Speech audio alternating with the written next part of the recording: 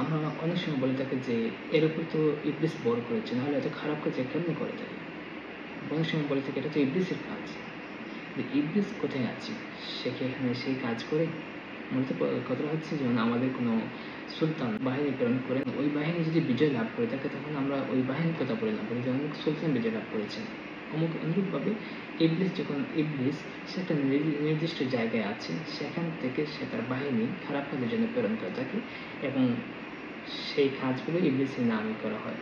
তাই ইবলিস কিন্তু একটা নির্দিষ্ট জায়গায় আছে, সেই জায়গাটা কোথায় সেটা আমরা জানবো। যেমন আমরা একটা হাদিস দেখতে পাই, জাবির ইবনে আব্দুল্লাহ রাদিয়াল্লাহু আনহু হতে বর্ণিত। তিনি বলেন যে আল্লাহ রাসূল সাল্লাল্লাহু আলাইহি ওয়াসাল্লাম সায়দাকে জিজ্ঞেস করলেন যে তুমি কি দেখতে পাচ্ছ?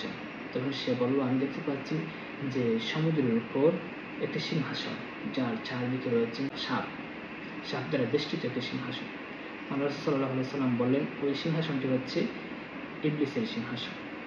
ইবলিস সেই সিংহাসনে বসে কীভাবে কার্য পরিচালনা করে সে সম্পর্কে আরেকটা হাদিস আছে, যেটা ইমাম মুসলিম রহমতুল্লাহ আলাইহি নিয়ে এসেছেন জাবের রাদিয়াল্লাহু আনহু থেকে। তিনি বলেন রাসূল সাল্লাল্লাহু আলাইহি ওয়াসাল্লাম বলছেন যে ইবলিস সে সমুদ্রের উপর বসে ওইখান থেকে কার্য পরিচালনা করে।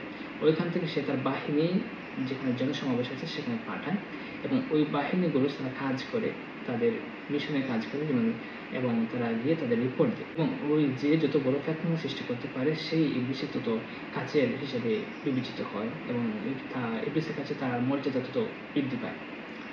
একজন এসে বলে যে আমি তো অমুকের পিছনে লেগেই আছি, তাকে এমন পর্যায়ে নিয়ে এসেছি যে সে এমন এমন জঘন্য কথাও বলে। তিনি ইবলিস বলে সেটা সন্তুষ্ট হয় না, বলে আল্লাহর কসম তুমি কিছুই করতে পারো না। এরপর আরেকজন এসে বলে যে আমি অমুকের পিছনে লেগে তাকে তার এবং তার স্ত্রীর মধ্যে বিচ্ছেদ ঘটিয়েছি। এটা শুনে ইবলিস খুশি হয়ে যায়। সে বলে তুমি কতই না উত্তম কাজ করেছ, তুমি তো মর্যাদা পাওয়ার যোগ্য। সুতরাং ইবলিসের কাজই হচ্ছে ফিতনা সৃষ্টি করা, যেমন কাজের মানুষের মধ্যে বিভেদ সৃষ্টি করবে, যত সম্ভব মানুষের মধ্যে ফিতনা সৃষ্টি করবে, রক্তপাত ঘটাতে চাইবে। তো এসব থেকে বাঁচার জন্য আমাদেরকে সবসময় সচেতন থাকতে হবে। যেমন আনাস রাদিয়াল্লাহু আনহু বলছেন যে ইবলিস মানুষের কলবের মধ্যে তার নাক দিয়ে রাখে। যেমন মানুষ যখন আল্লাহর জিকির করে তখন ইবলিস চলে যায়, থাকতে পারে না। আবার মানুষ যখন আল্লাহর জিকির হতে গাফিল হয়ে যায় তখন সাথে সাথে এসে তার কলটা তার কর্তৃত্ব আদান করতে চায়।